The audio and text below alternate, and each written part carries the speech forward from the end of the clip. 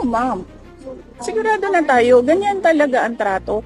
Kasi, naghahanap sila ng ebidensya. And the only way, plano nila, iipitin namin ng iipitin to hanggang sa muntik na ito mamatay para makuha namin ang ebidensya.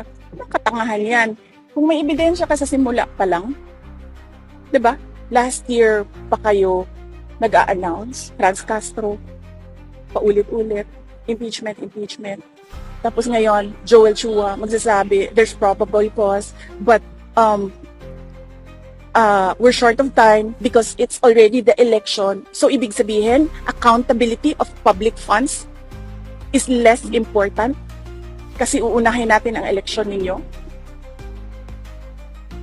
So ibig sabihin, ebidensya. Last year pa yan dapat final nila last year. Wala Ginagamit nila yung COA, humingi hanggang makahanap kayo ng anong pwede namin gamitin. Alam ko na, ako naman kasi talaga yung target, diba ma'am?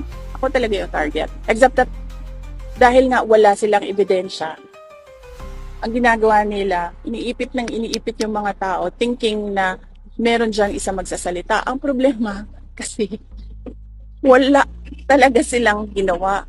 Bakit nila kine-question yung management style ko na on a need-to-know basis yung mga tao? Kung ang chief of staff, pakiramdam ko, hindi niya kailangan malaman ang isang bagay, bakit ko isasabihin sa chief of staff?